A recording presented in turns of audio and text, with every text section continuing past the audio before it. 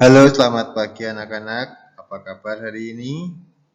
Hari ini hari Rabu, tanggal 17 Maret 2021. Kita akan belajar di pembelajaran 3, terkhusus tema 7, subtema 1.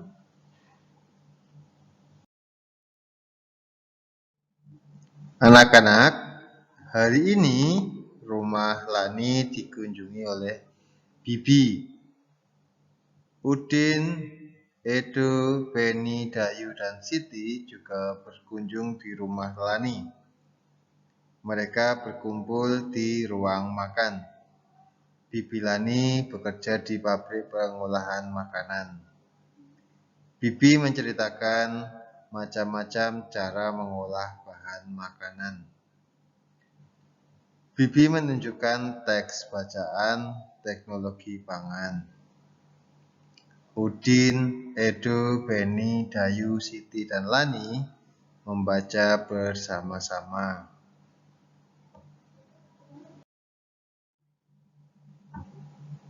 Mari kita menyimak bacaannya. Hasil teknologi pangan. Manusia butuh makanan terus-menerus. Bahan makanan yang diperlukan berasal dari hasil panen. Panen terjadi pada waktu tertentu saja. Oleh karena itu, dicarilah cara agar makanan dapat bertahan lebih lama. Agar makanan selalu tersedia, manusia mulai menggunakan teknologi pangan. Teknologi pangan merupakan suatu cara untuk mengolah bahan makanan. Kacang kedelai dapat diolah menjadi tahu, tempe, dan susu kedelai. Mangga dan stroberi diolah menjadi manisan dan selai. Daging dapat diolah menjadi bakso, sosis, dan kornet. Teknologi pangan penting untuk menghasilkan jenis makanan baru. Selanjutnya, makanan olahan tersebut disimpan dalam kaleng atau dalam plastik kedap udara. Kedap udara maksudnya tidak dapat dimaksudi oleh udara. Proses penyimpanan dapat membuat makanan menjadi lebih awet. Nah, anak-anak, dari bacaan ini nanti carilah jenis makanan baru yang dihasilkan oleh teknologi pangan. Amatilah kalimat yang berwarna merah pada teks hasil teknologi pangan. Kalimat tersebut itu merupakan kalimat utama pada setiap paragraf. Kemudian, kumpulan kalimat utama itu disebut dengan ringkasan. Jadi yang warna merah itu nanti dikumpulkan, dijadikan satu, namanya menjadi ringkasan. Nah, nanti tuliskan kembali kalimat utama dari setiap paragraf agar dapat berbentuk ringkasan. Itu nanti kalian kerjakan di link biasanya.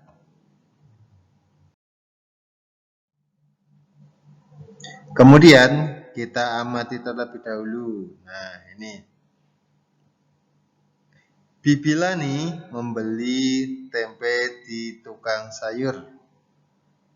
Warnanya putih dengan kumpulan kedelai di dalamnya. Lani dan teman-temannya mengamatinya. Tempe yang dibeli Bibi cukup besar. Udin mengajak teman-teman mengukur luas permukaan bidang tempe. Tempe tersebut berbentuk persegi. Udin mengukur luas tempe menggunakan potongan segitiga yang terbuat dari daun pisang.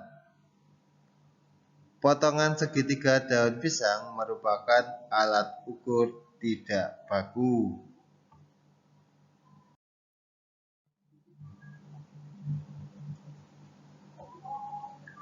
Tempe yang berbentuk persegi itu dapat dipotong menjadi bentuk segitiga. Amatilah bentuk di samping. Yang pertama, tempe ini berbentuk persegi. Nah, akan kita potong. Nah, kita buat garis tengahnya menjadi bentuk segitiga. Bentuknya seperti ini. Kalau dipotong, ada menjadi 2 segitiga.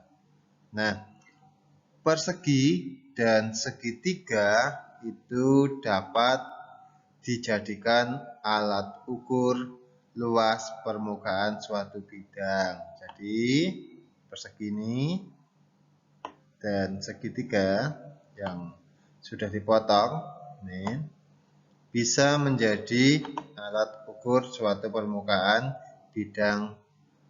Contohnya, nah, persegi adalah satuan luas. Segitiga juga satuan luas. Nah, dari gambar yang Pak Andri lingkari tadi, 2 segitiga atau 2 satuan segitiga itu sama dengan 1 satuan persegi.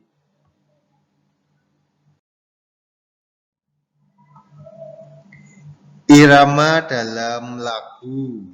Nah, anak-anak, dalam lagu itu terdapat melodi.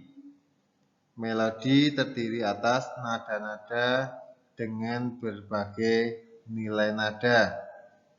Nah, susunan nilai nada antara 2 birama dalam lagu biasanya juga dibandingkan untuk menentukan irama dalam lagu. Nah, kita perhatikan dulu penggalan lagu Yuk Bertanam berikut ini dengan 4/4. Kita lihat dulu ya anak-anak. Pada penggalan lagu di atas terdapat nilai nada setengah ketuk, 1 ketuk, dan 3 ketuk, dan juga jeda 1 ketuk. Nah, ini nilainya ada setengah, kemudian ada 1, 3, dan ada jeda 1 ketuk.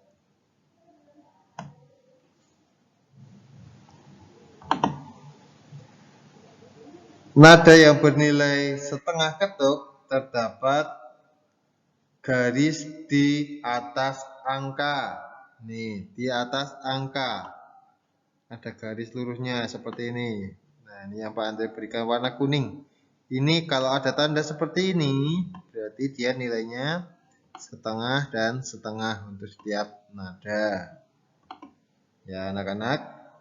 Kemudian, nada bernilai 1 ketuk ditulis dengan angka. Nada bernilai 3 ketuk ditulis dengan angka dan titik 2 setelah angka. Nah, ini contohnya bernilai 3 karena bernilai 3 ini karena ada 1 dan 2 titik di belakangnya. Nih, seperti ini. Jadi nilainya 3 ketuk. Tanda titik 2 itu berarti nada bertambah 2 ketuk. Kemudian angka 0, Pak Ande memberikan warna biru saja, lebih enak. Nah, seperti ini. Itu berarti jeda selama 1 ketuk. Susunan nilai pada lagu dapat dibandingkan antar 4 birama berdasarkan pengelompokan nilai nada. Terdapat jenis irama. Irama itu apa? Irama adalah irama rata dan irama tidak rata. Kedua jenisnya dapat ditemukan atau dibandingkan dengan nilai nada tersebut. Kita contoh. Kita berikan contoh. Antar 4 birama. Nah, anak-anak, perbandingannya 4 birama. Bagian atas dan bagian bawah. Kita lihat dulu. Ini birama 1, 2, 3, dan 4. Nanti kita akan membandingkannya dengan birama yang Pak Andre memberikan warna kuning. Ini 5, 6, 7, dan 8. Nah, dari sini anak-anak, kita bandingkan antara birama yang hijau dan yang kuning. Nah, kita perhatikan dulu nilai nadanya, apakah sama. Contoh, yang pertama saja, Pak Andre memberikan warna merah. Nilai nada untuk nada yang pertama itu adalah 1. Dan yang di sini di bawahnya juga 1. Kemudian setengah dibandingkan dengan yang setengah. Terus begitu seterusnya. Kira-kira nanti sama atau tidak. Kalau tidak sama, nilai nada yang biru dan yang kuning berarti irama nada tersebut tidak rata. Nah, seperti itu ya anak-anak, nanti boleh dipelajari lagi.